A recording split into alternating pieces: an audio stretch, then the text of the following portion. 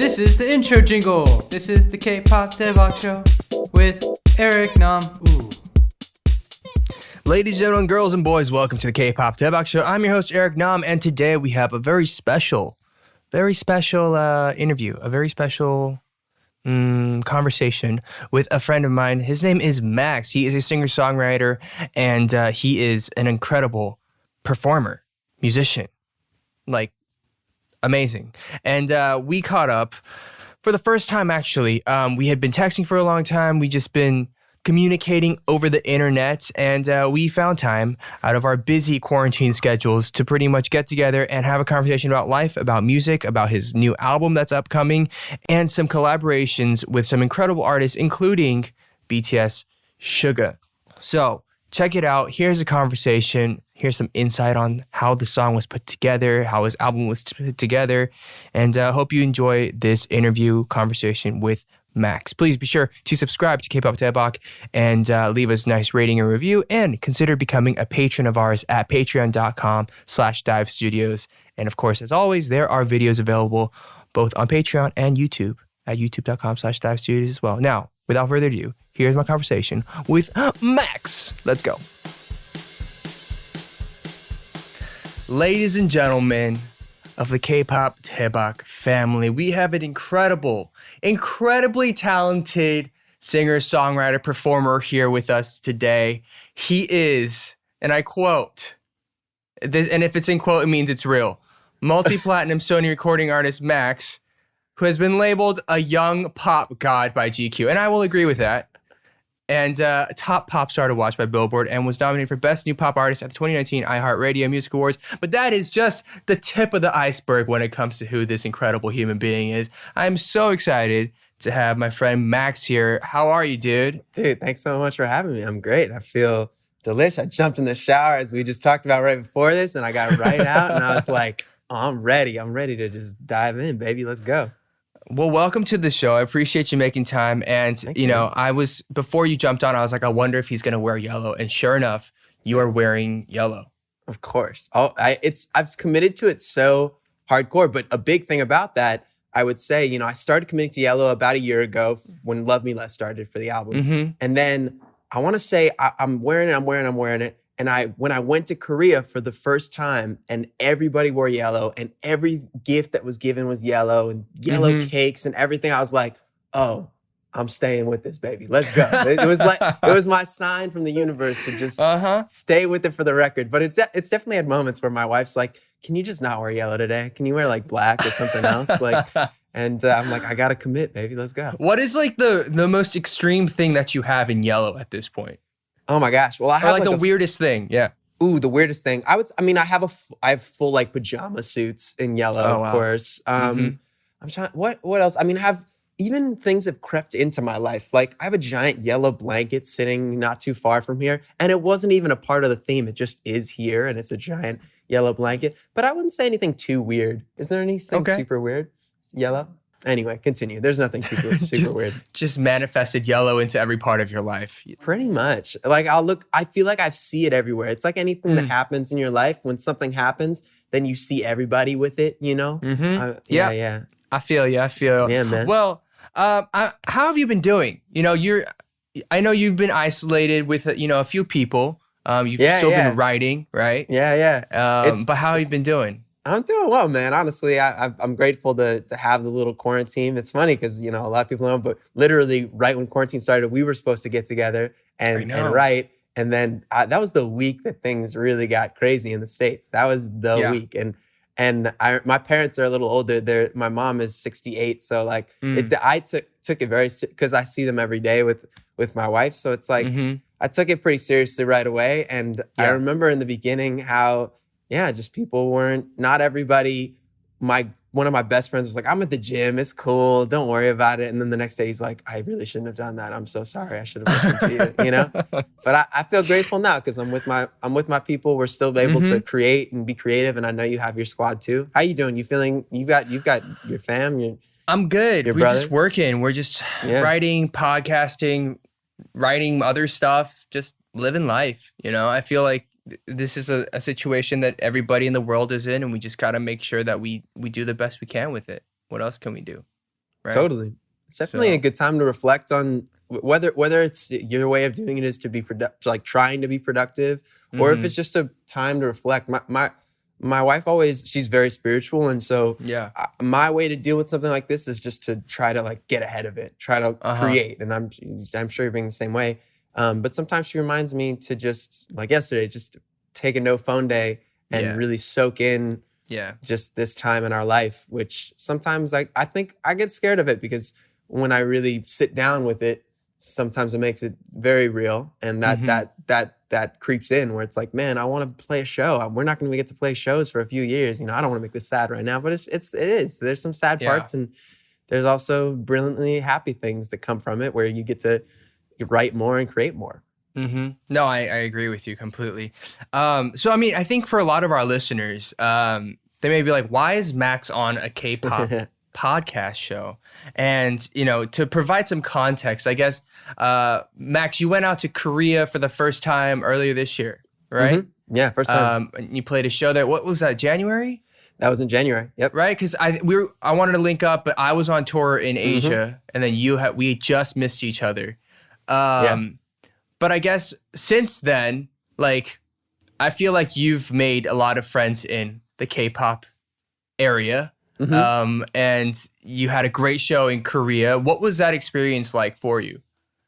Oh, it was unlike anything I've ever experienced. I mean, I knew I had been told it was going to blow my mind, but obviously nothing's like it until you actually experience it. And I think it was just, for one, there's just an attention to detail, and I'm such an obsessive compulsive person. And I feel like Korean fans, K-pop fans, they know it all. You can't, and I can't lie either. I'm like, you know, I've done some acting stuff, but I legitimately cannot lie to people. So I love that Korean fans see through, like they know if you're faking it. And I think I just love the transparency. Like, they tell you how they feel at the show. It was so nice. People were just so obviously kind, but more so than that, they were so just transparent about if they had just started listening to the music yesterday and liked it, or they really did start a month ago. And I feel like there's fans around the world where sometimes they feel like they have to like give you a story so they can connect.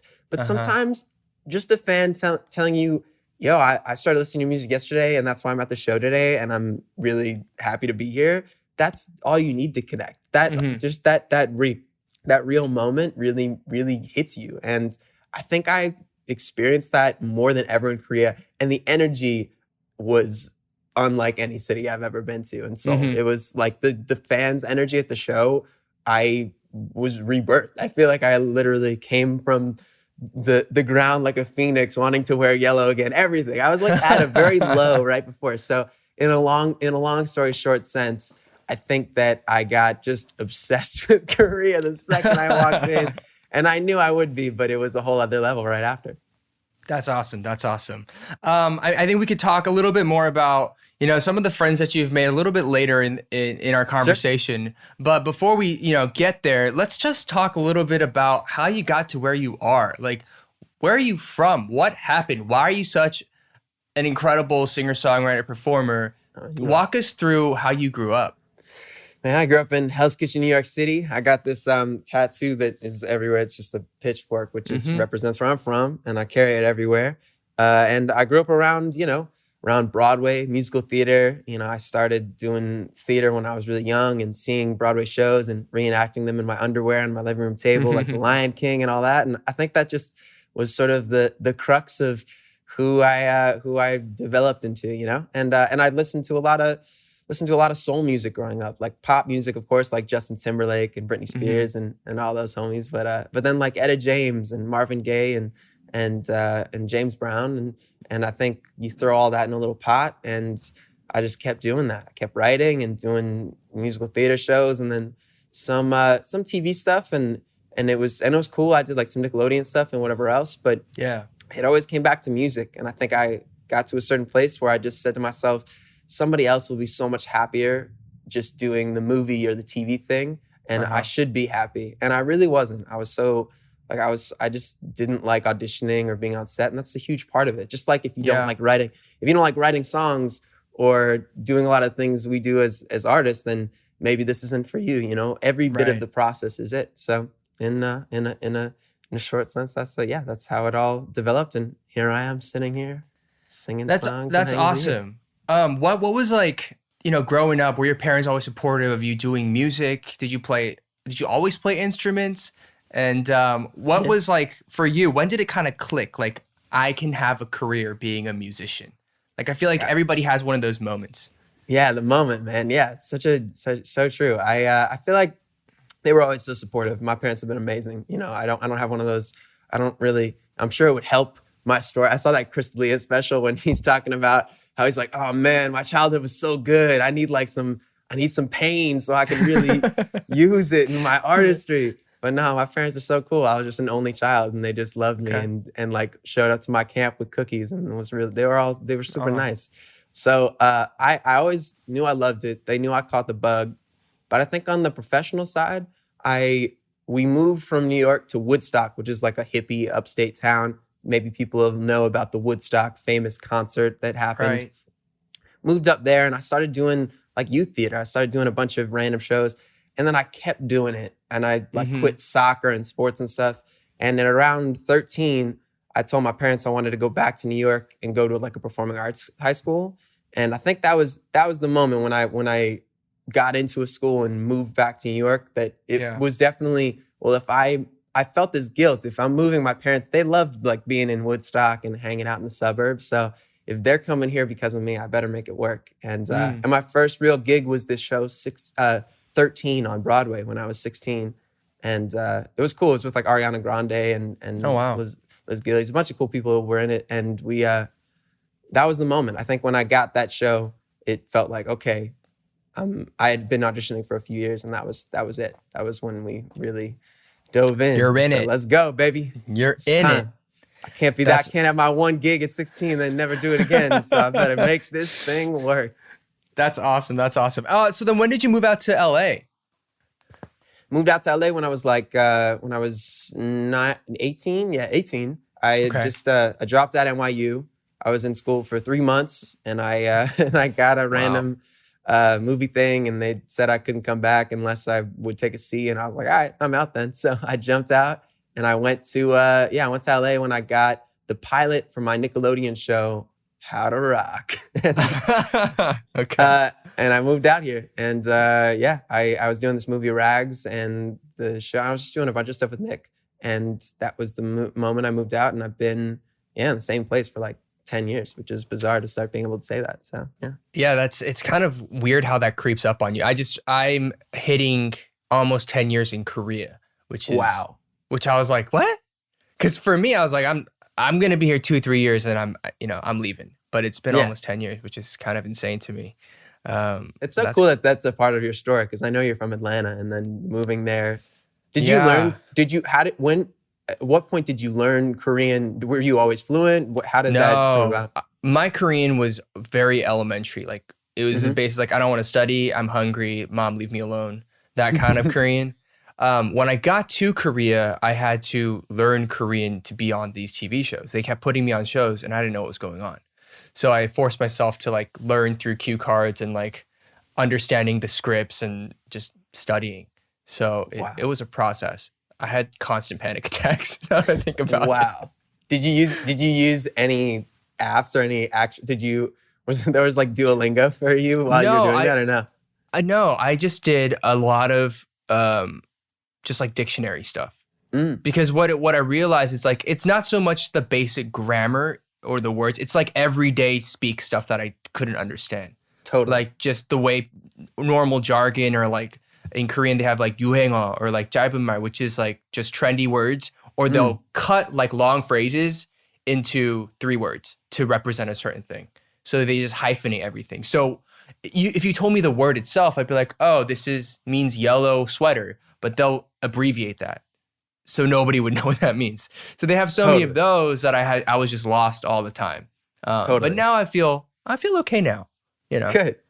Man, props to you. I'm always learning like the little bits, like we tour, I'm sure you do the same. You learn like 4 phrases in the different places. And then you're like, and then I had a moment after Korea where I was like, I'm gonna learn Korean, man. I'm out here. Really? And then I'm just, of all other things, I'm very ambitious, but with languages, I'm like, yeah, I'm gonna do it, and then I just don't. I just try, and then I'm like, 감사합니다, and that's it. Bye. I'm just like, yeah, bye. Languages are hard. Hey, respect to those who have I think that's a big thing I always remind myself is like, if you have a drive where you know where you want to, if you can learn 5 languages and it doesn't feel like work to you, that's what you're meant to do. Like, dig in. And if you can spend all day recording and writing music and doing this whole thing, that's what you're meant to do. Yeah, absolutely. Don't fight that because it feels right. Speaking of music, you're now putting out your second studio album very soon. It's been about 4 years since your first one. What has happened in between? I read that you lost your voice. I did. I read that you went through some stuff, some ups and downs. Like, what went into the building and the creation of this new album, and why is it meaningful to you? Yeah, beautiful question, man. I love that. I did lose my voice. I had this surgery. A lot of singers go through it. It's where you get, I had what's called a polyp. Some people get nodes, just different things. It's just from over performing and over singing. And, you know, it's just I was just doing too many shows. I just loved it too much. I was doing like 7 or 8 in a row without a day off. Oh my touring. gosh. It's just something that and now I try to tell, fellow performers just to take care of yourself. Cause in the moment you feel invincible. And, and the people that I was with, we're like, oh, no, it makes sense for the routing and whatever else. You get a lot of different excuses from people being like, oh, you're going to lose all this money if you don't do this many shows in a row. So I did it. And I got this surgery where I basically couldn't speak for 4 months. I didn't speak on tour. I was on tour at the time when I found out I had it. And I didn't speak for the 2 months of the tour, except for the shows. So I was on the bus and I had this app called Big, and I would just type to people in meet and greets and anything else. I learned sign language a lot. Wow. Besides of any language, I've learned sign language, and I still use it with my wife to like say little secret things, which is cute. But besides that, it was being trapped in my head for basically 4 months. And then I had the surgery, couldn't speak for a month straight, no sound, nothing. And then I had a month where I started building it back, and then things started to get a little back to normal. And I'd say like 5 or 6 months ago, I really got back to me. But it took a long time. But it was definitely, I learned to just really appreciate every second I'm on stage, every show's as if my last, it really did affect me in that way, because before maybe I was like, man, I'm so glad to be at the show, but like, I'm just doing this so I can get to an arena. You just keep thinking of the growth. And it definitely made me present and thinking, well, if there's 500 people in this room or 5,000, I don't care. I'm going to give it the same amount. I'm going to give that Kobe. I'm going to give that Michael Jordan. I've been watching those ESPN docs, and it's definitely, you realize that it could be your last. So treat it every time like that. And I didn't before then. I was always just thinking about like, oh, I'm seeing my friends become huge, and I'm just, I'm caring about that. And it really broke my priorities. So going through a little trauma like that just makes you appreciate being able to do the thing you love doing.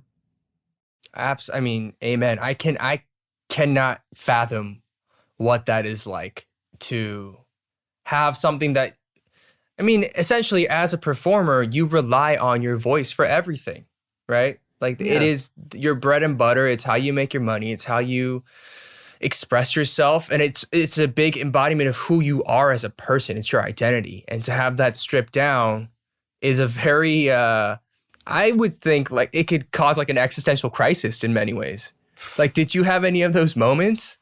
Oh yeah, man. So many. I mean, my relationship suffered. We had so many like fights where I wouldn't speak. I just have the app and I like would type things to her, and then she'd be yelling, and she just wanted me to speak. She was like, just talk to me for 15 minutes. People were always joking with her, being like, oh, you must love this. Your husband isn't talking. She was like, no, I hate it. You have to speak to me.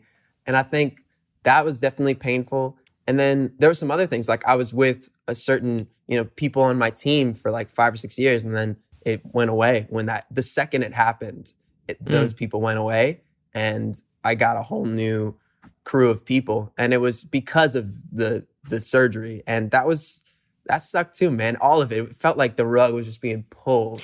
Wait. Sorry. So if I'm understanding, once you had like, I have this issue, I have this health problem, people that were around you kind of just bounced.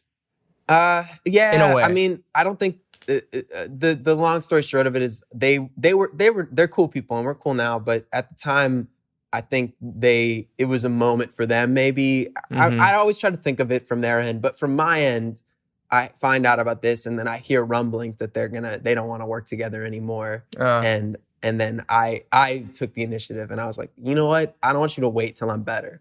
Yeah. So they weren't evil people, but just to hear that like they weren't in it with me, you know, in that moment, like that maybe took it away from them. Right. Oh, it killed me. So, but sometimes, you know, when it rains, it pours and you just have to really sink your teeth in and say, this moment of my life is going to change everything. Yeah. And I'm either going to seize the day.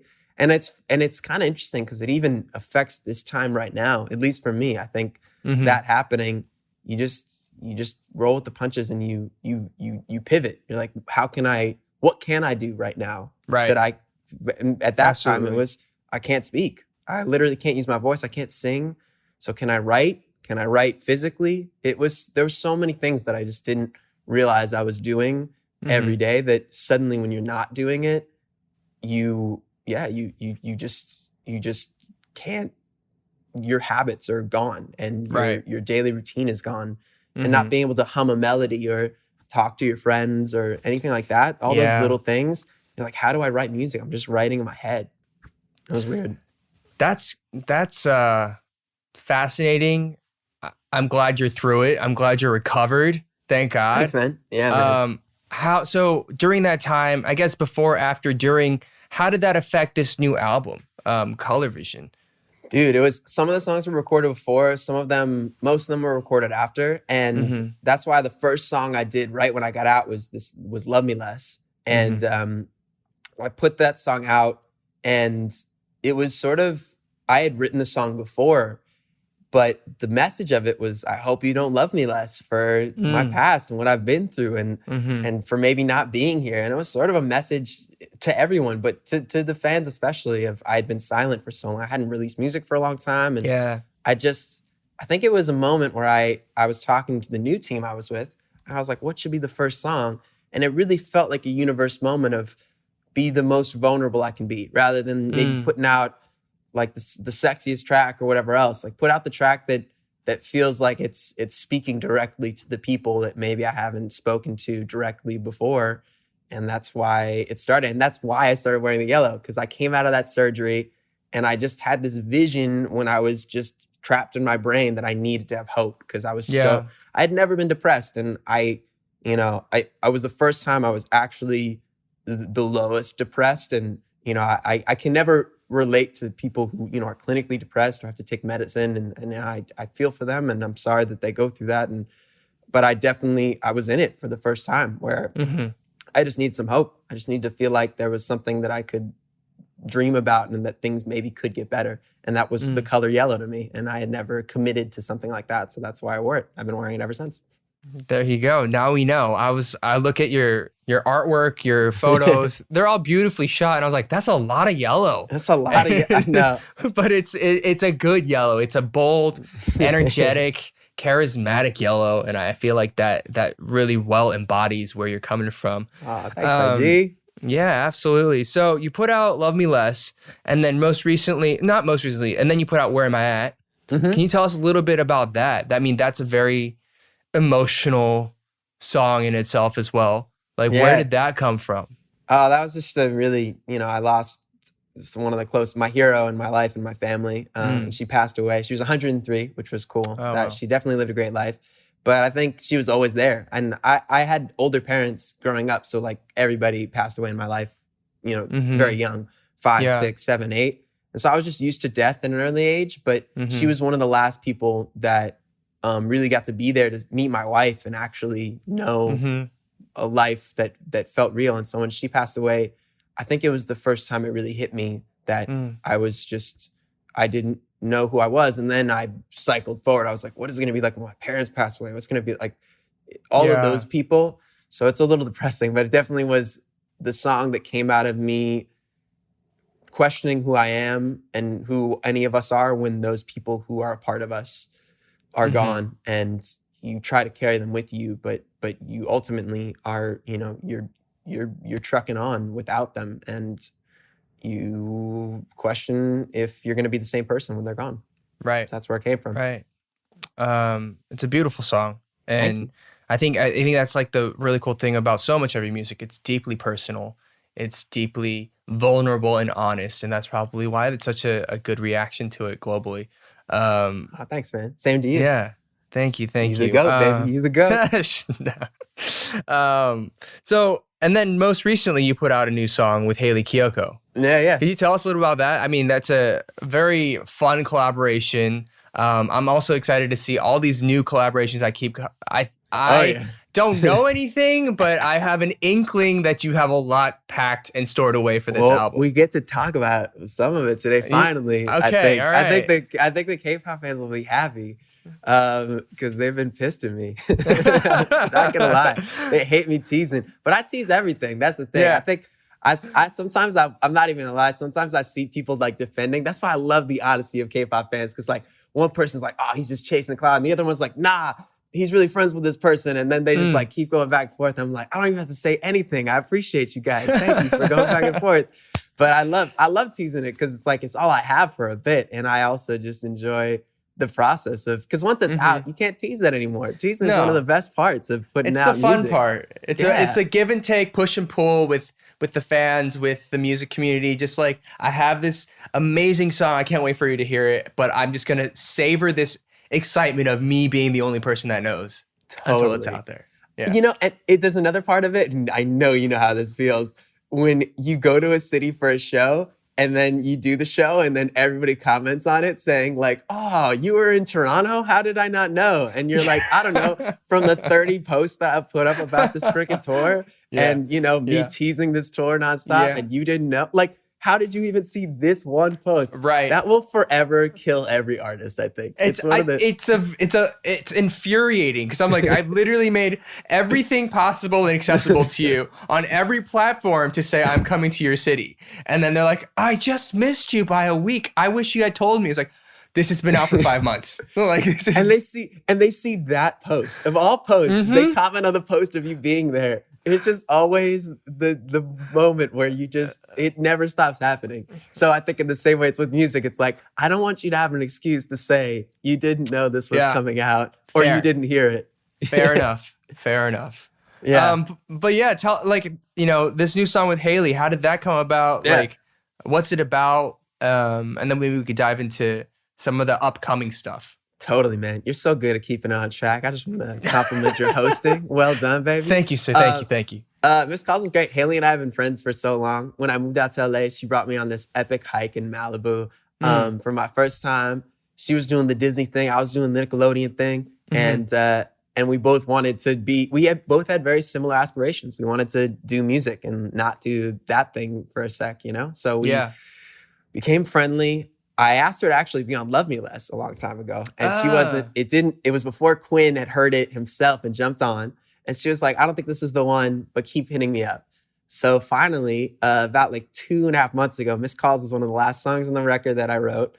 And I hit her up and I was like, hey, I think a female needs to be on this. And it would be really cool because your story, your sexuality and who you are, I haven't really heard a song like that, That would be cool. And she was like, say no more, I'm in. I'm coming over. I'm going to write it with you. Yeah. She came over and we dove in. And I loved this sort of, like this bisexual anthem of sorts we were diving into together. It didn't even mean to. I wrote the song first with my guys, Jake and Johnny, and then asking her to be a part of it. So it's cool when you collaborate and the song evolves into something you didn't necessarily intend it to be in the beginning. Yeah. And then it just becomes that. So yeah, it was really cool when she put her story on and we just did the quarantine video on Friday before the weekend, which was, man, have you been doing any videos like for your music while you've been in this time? I have not. Tell me about what you did. How did it go?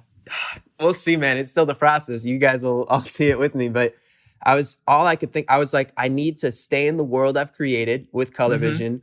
I don't want to just throw an animated video. It was so important to me not to break the authentic, just the connection of each video. I really wanted to make sure that the color scheme and everything was on. So I knew that I couldn't use my usual people. I only have my one guy who's videoing in quarantine with me. So I just brainstormed for like 3 weeks about different ideas. And I ended up thinking about this one where basically all right, I'm going to give the video away, but who cares? It's an exclusive for Eric. Exclusive. But we'll see how it turns out. People will know from this. Basically, I had the idea of, what if we shoot us on our colorful backgrounds in our outfits, and then I send it to my guy who I did the checklist video in Sacramento with, and he shoots his people.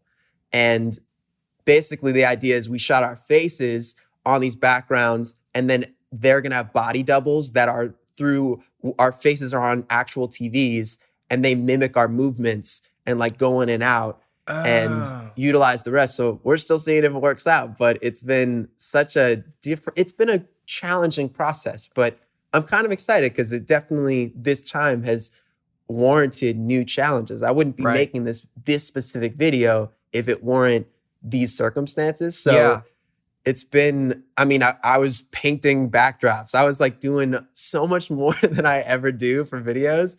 I was lighting it with my guy. We're just, duoing with Haley in the room, her makeup person like out in the drive-in with a mask on. We were just trying to keep it as safe as possible, but us switching out in the rooms, everywhere's wearing masks. It was intense, but I think it'll be even more rewarding if it works out.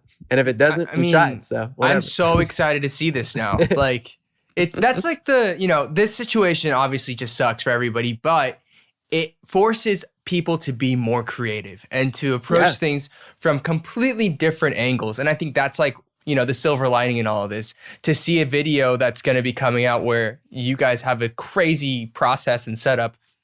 Now I know I have to absolutely watch it. By the way, speaking of, your videos, I feel like are always just so entertaining. Thank you, brother. I don't know what it is, but I'm just like, this is so just fun to watch, and the colors and the schemes and the outfits, and I just always think it's so well done. So I'm sure this will be right up there. I'm sure you're the same way because you have all of your own shows and you just mogling it up, baby. But like, it's hard you want to do it. There's definitely an obsessive compulsive sense of just wanting all the details to be right. And it just adds to it. Do you feel that way? I personally, I feel like I try, but I've gotten to a point where I have to just let things go now. Like I will take it to a certain point, and I rely on the people around me to bring it that extra certain percentage. If they can't, then like, what are you gonna do? I've just learned to live with it. The trust is so important, man. Yeah. More than ever with the people that you work with, to make sure that you really are like, I'll give you this baby, and I trust that you will feed it and not drop it. Take care of it, please. Don't drop my baby on its head. Please do not. So what's up next? Tell us a little bit more about what we can look forward to on this album in particular. Or before we get there even, is there a certain message that you want to convey with this new album? And here's a question. You spelled color the UK way. Explain yourself. There are two reasons why I spelled color the UK way.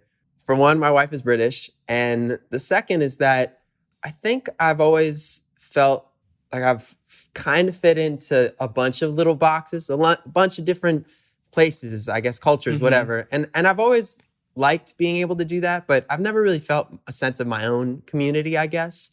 And sometimes that gets to me. Like I love that I can, maybe open for Fall Out Boy and those fans won't hate me and maybe they'll dig the thing. But I always wondered what it would be like for people, who have just a very specific community of fans. Like if they're a punk rock group and like those fans show up and they know what they're coming for.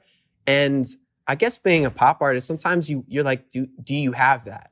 And for me, I think with this record, it was before this album, I was with those people I talked about earlier in the interview where they were always telling me like, get mohawks and like try to fit in places. And the cliche just comes true where I just never really felt, I was always trying to be authentic in that, but it wasn't authentic to me. And with this record, I think specifically even the name, it was not afraid to maybe be a little bit off. And it's okay that you don't fit into all those boxes fully. And maybe you don't have a box at all. And maybe the box that is not any of the boxes is where you fit. And that's okay too. And that's kind of what I find. I'm 28. I mean, I'm going to be 28 in June, and I'm finally accepting that. And it's one of those moments where there's a sad part of it because you feel like, why didn't I just do this like 10 years ago? Why didn't I just like be cool to not fit in that box? But finally the box where everybody else is maybe trying to dip their feet in is the one that you feel the most comfortable with it. And maybe it's a box that hasn't been created yet. And that's sort of what I hope to make with this record, and that community of just letting those colors shine. If you wear yellow and everybody hates yellow, that's okay. You know, whatever it is. So I think for some reason with this one, and I think it was because of the surgery and being out on my own for the first time and feeling like kind of this rebirth, because these people had essentially said they didn't dig my thing anymore and they didn't believe in me. That's what it felt like. And for whatever other reason. And when you hear that from someone, especially being a singer, an artist, or a creative, like we're more sensitive than people realize. Even we put up this, maybe we try to be moguls and like have our feet dipped in different places. And but we have like such a gushy heart. And I think this record for me, and even having that extra U to spell it in the British way, was just saying, I'm finally accepting that this isn't as normal as everybody wants it to be. And that's okay. And I'm happy with that. So that's the vibe. That's amazing. I'm glad that you're getting to the point where you're putting these pieces together and you're feeling comfortable with all that. I have a question for you that's, so when it comes to pop music, right? Yeah. I feel like I don't know what it is. It's a perception of pop and pop music that I personally love pop music, but I often find myself apologizing for liking pop music, which feels insane to me. Yeah, you feel guilty about it. Totally. Right. And then even as like somebody who writes pop music, when you talk to labels or you talk to A&Rs or whatever, it's always like, pop is just the hardest thing to sell, right? For so many different reasons. But how have you come to terms with some of the difficulties and the challenges that exist being a just center pop player? And I mean that in the best way. Like, totally, man. You know, what are your thoughts on that? I think it ended up being the proof a few times that I just had to stop thinking it was going to be something that hadn't happened yet, and just realize that, you know, with Lights Down Low, for example, that was another example of, you know, one of the most pop songs for me that I wrote, and I wrote it for my wife, and I proposed to her with it. And that was a story that I always tell people, because at the time I was with a place where they wanted me to date famous girls and not reveal my relationship. And they were like, you're a pop star. You have to be single and you got to be dating other famous girls. Like, that's the only way to do it. And I was like, I can't do that. So like, I just can't lie, and I'm not going to fake a life. So I'm not going to do that. And I guess if I'm not as big of a pop star, that's okay. And that proof moment of that song being so pop and being so honest at the same time, and almost being like, maybe like these rappers that I meet won't think it's the coolest thing, or they won't fuck with my music because of it. Having that moment, and then that song getting to a place where people connected with it in so many ways, in such a deep way, and continue to, that was a proof moment. And then with Love Me Less, even like that, having that message and having people be like, I don't know if you can have a pop song where you're like, I hope you don't love me less for stuff. I just kept having people in the game that I respected who would say to me, I don't think this song is gonna work. And being like what you just said, it's too pop. There was another song that I had that was called Slow Dancing to a Trap Song that I didn't write, and that all the powers that be were like, this is the hit, you have to put this out.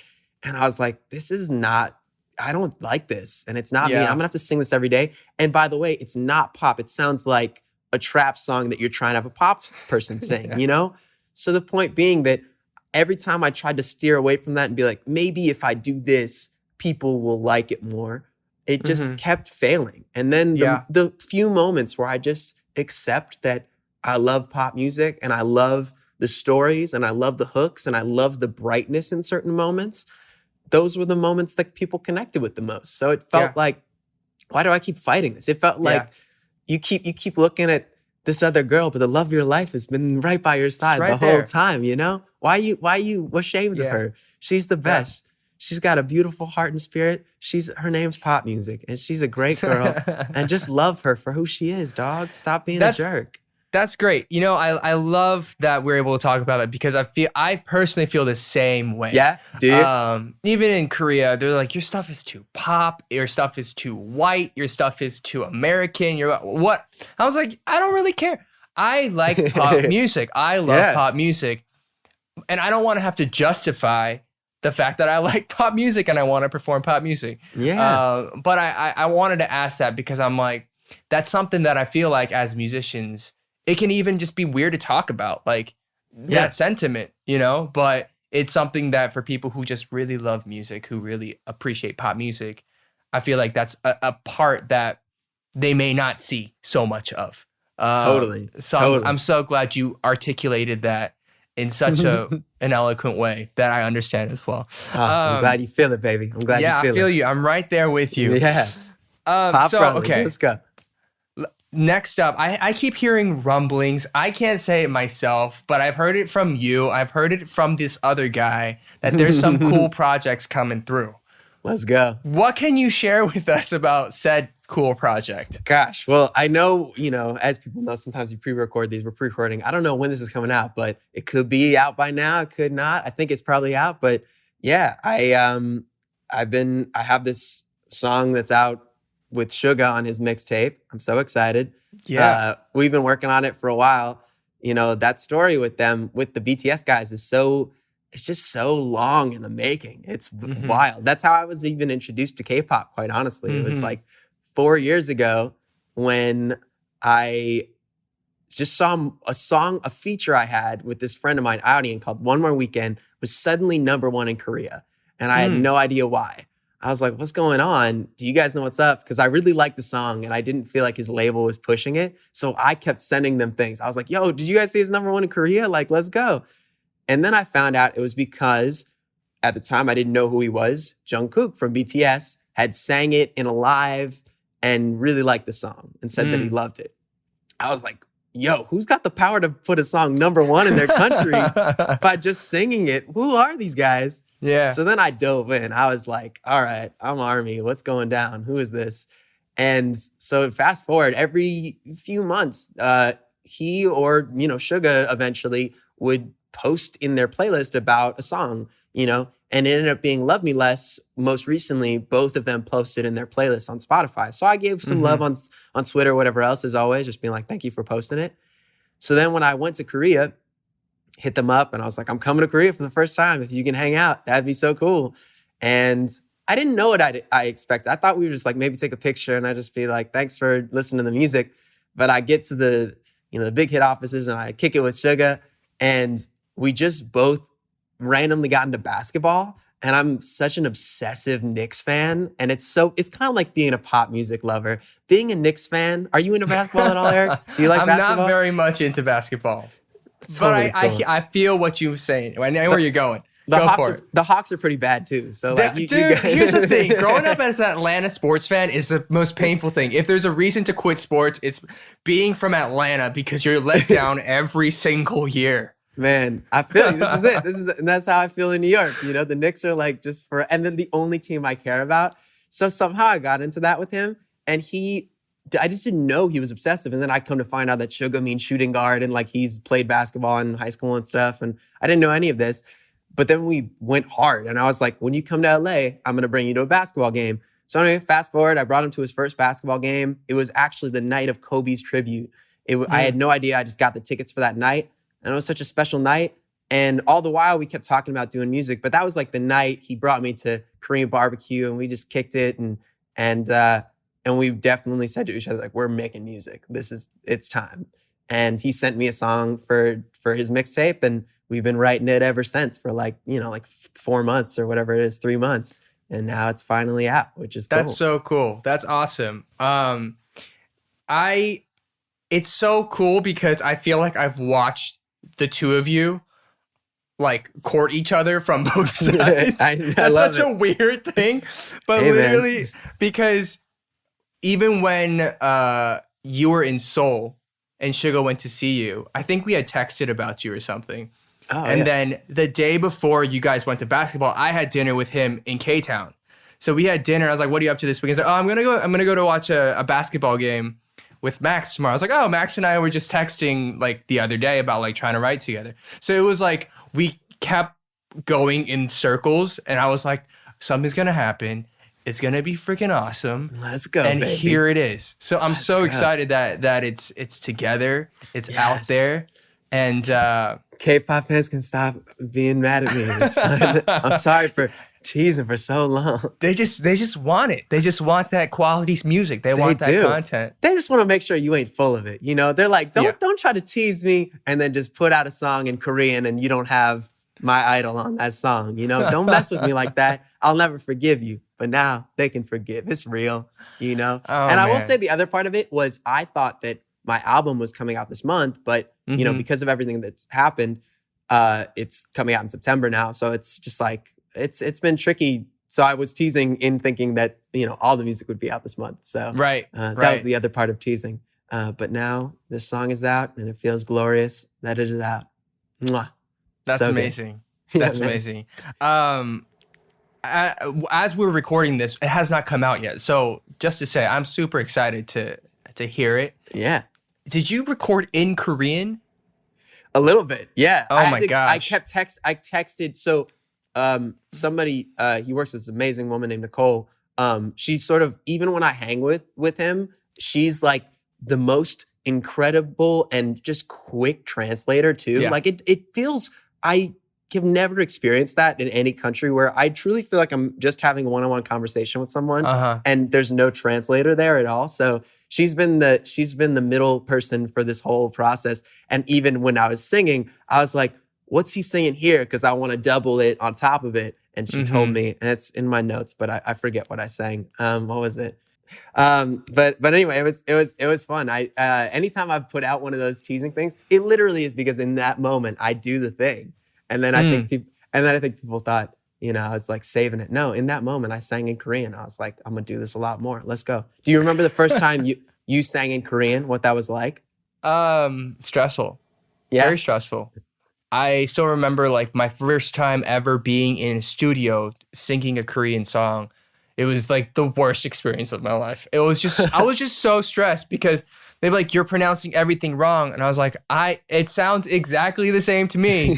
And they're like, no, it's completely wrong. And so I remember whenever I go into a studio to record in Korean, I'm like super paranoid and like incredibly nitpicky just to make sure that I get it perfect. So nobody can say, I don't know what you're saying. So, yeah, totally. Happened for like 3-4 years for the beginning of my career. Wow. I put out a song and they're like, we have no idea what you're saying. I was like, what? It sounds makes exactly complete like the sense. reference. What are you talking about? But Wow. okay. But I know so we know how that feels in English because sometimes you do hear, you know, foreign artists sing a song in English and you're like, I wonder if they know that the word they said there definitely sounds very different than what we usually sing it as. Or if they are like, what are you guys talking about? This sounds exactly like ice cream. Why are y'all thinking being weird about it, you know? Right. No, it's you know, it is what it is. But It's I just a think part of the game. It's part of the game. And I think cool thing is, you know, as music and as the world becomes more globally aware, all that stuff continues to just kind of fall off. And it doesn't matter as much anymore. So, you know, it is what it is. Yeah. So, I mean, I know we're all kind of in like a weird situation with quarantine and all that kind of stuff. I guess for foreseeable future, you're just kind of working on rolling this album out in September. What else are you kind of doing? Gosh, well, I'm gonna keep the K-pop teasing going. You know, this isn't the only one. Obviously, there's more, and I'm figuring out like the video for the next one because that's gonna come out in a couple months, and I'm just really trying to get ahead of it with. I'm just assuming at this point it'd be great to be back to normal and way we usually do videos and stuff. Yeah. But I'm just gonna, for the foreseeable future, try to stay creative on how to keep making this this content in the way we want while being in the situation we're in, you know? So Absolutely. yeah, it's been, the album, I've done a bunch of different fun features because the album was supposed to come out this month and I already had them done. So I have more music this year than I've had coming out in so many years. And I already have the second record, next project or whatever, the next project after this, where we've been working on that because this one's been done. So you are prolific, sir. I can't have that 4-year gap again. You know, I'm like, true. Can't happen. How about you? Are you working on a new thing in this? Yeah, I mean, I'm supposed to put something out in Korea, probably July, and then beyond that, I'm trying to figure it out. I'll fill you in later. But it's interesting times. So it's like a lot of moving pieces, trying to put the pieces together. But right now, I'm just kind of putting my head down and trying to get this next Korean one out. So do you just release it in Korea, you're saying? Or you released it everywhere? But I release everywhere, but it'll lead with Korean language. So the last album was all English, which was the first time I did that. This one will be majority Korean. It's interesting. Like, there's no right answer, but always playing between the different languages just to keep, you know, fans in certain geographic areas, you know, interested. Because for my Korean fans, they love my English stuff, but they still want to be like, I want to understand it and not have to run a translator through. And so, you know, that's where I started in trying to keep, you know, that appreciation and show that love for people that in Korea as well. I think it's just important. So, absolutely. Just kind of what it is. Just non-music related stuff. Yeah. What are you watching these days? Like what have you been up to otherwise? Man, I binge it all.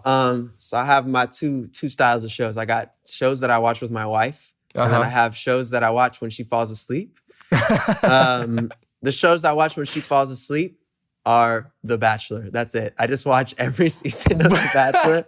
I never watched The Bachelor until quarantine. It became, I started looking up like what's the best season of The Bachelor. So I've just been bouncing around, which has been weird because certain seasons like have people from other seasons. And then I'm like, oh snap, I watched this out of order or whatever. And then the shows with Emily, we watch Insecure, we watch John Oliver, we watch what did we binge during this time? We've been watching that new Hollywood show on Netflix, which is cool. We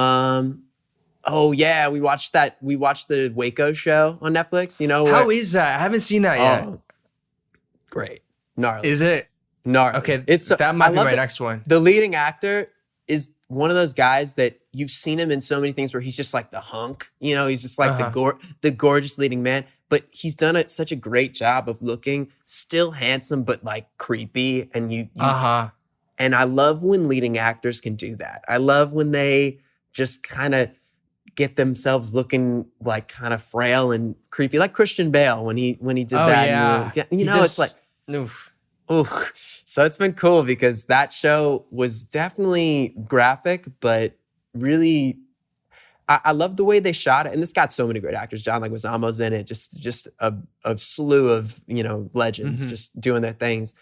And then I always, of course, love just when it's based on a true story. And it seems like they really dug into it. It doesn't feel, it feels, so that's a good one if you've been on the fence. I've been on the fence. I've seen it pop up. I'm like, I don't know what it is. Do I want to jump in? And I've been there, but you got me there. I'll watch it. You're going to have to binge it though. It's one of those. You're just you're going to dive in, you know? Just lock away for a few days, you know. Are there any that you would recommend that are just the best right now? Oh man. I've been really enjoying that Last Dance, the Michael Jordan thing. So good. Yeah. What else have I been watching? Yesterday I went on a National Geographic Planet Earth kind of binge. Nothing. The world is beautiful. And even if you've seen it before, just watching it, I was like, gosh, how did they get those shots? And Sir David Attenborough, you got an amazing narrative voice. That's all I'm going to say. Just the god of nature shows, truly. He truly is. Before, I think we're going to let you go. We've been talking for almost an hour now. But amazing. Anything you want to say, anything you want to plug. I have one question before you do that. Sorry. I have one question, and then I'm going to go into one question. A lot of fans are asking, obviously, the song with Suga is out now. Yes. What's next for you in K-pop? Anybody you want to collab with? Anybody that you're listening to? Yeah. Who you loving? Totally. Well, obviously this is one song with Suga, and I love the guy, so there might be more. I'll just say that.